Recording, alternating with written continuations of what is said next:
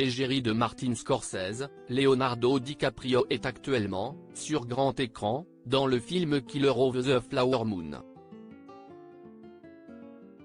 Mais l'acting n'est pas sa seule activité lucrative.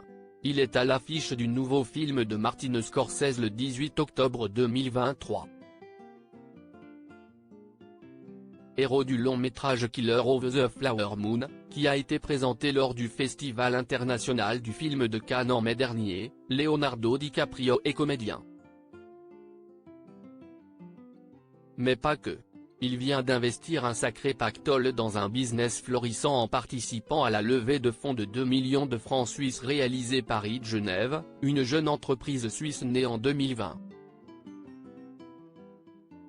Nicolas Freudiger, le cofondateur et président de la maison, centre ses efforts sur la fabrication de montres mécaniques haut de gamme. Ces modèles, dont les prix gravitent autour des 5 000 €, sont construits à partir de matériaux recyclés d'origine éthique et des processus à faible empreinte carbone. Voilà qui est parfaitement logique, pour Leonardo DiCaprio, quand on sait qu'il est militant pour la protection de l'environnement. Il l'avait démontré dans le film Don't Look Up, Déni cosmique, sur Netflix, mais aussi et surtout avec ses investissements précédents. Le comédien de 48 ans, grand ami de Gigi Hadid, s'est effectivement séparé de quelques deniers pour les insuffler dans la cartographie par satellite, les substituts de viande, le champagne en agriculture biologique, les diamants de laboratoire, les chaussures éco-responsables et les sneakers végans, rappelle le journal Le Figaro. Je suis ravi d'avoir investi dans une marque qui insuffle le changement dans l'industrie du luxe, et au-delà, grâce à une approche basée sur l'innovation constante et sur les principes de l'économie circulaire, a annoncé Leonardo DiCaprio.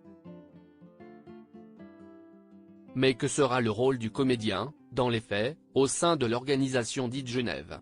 Des gens nous disent que c'est super d'avoir Leonardo DiCaprio comme ambassadeur. Mais non. Il fait partie des investisseurs, il sera partie prenante de nos projets, précise Nicolas Freudiger. Il va avoir une fonction d'avocat pour le climat. Cela va contribuer à amplifier notre message et à accélérer notre développement.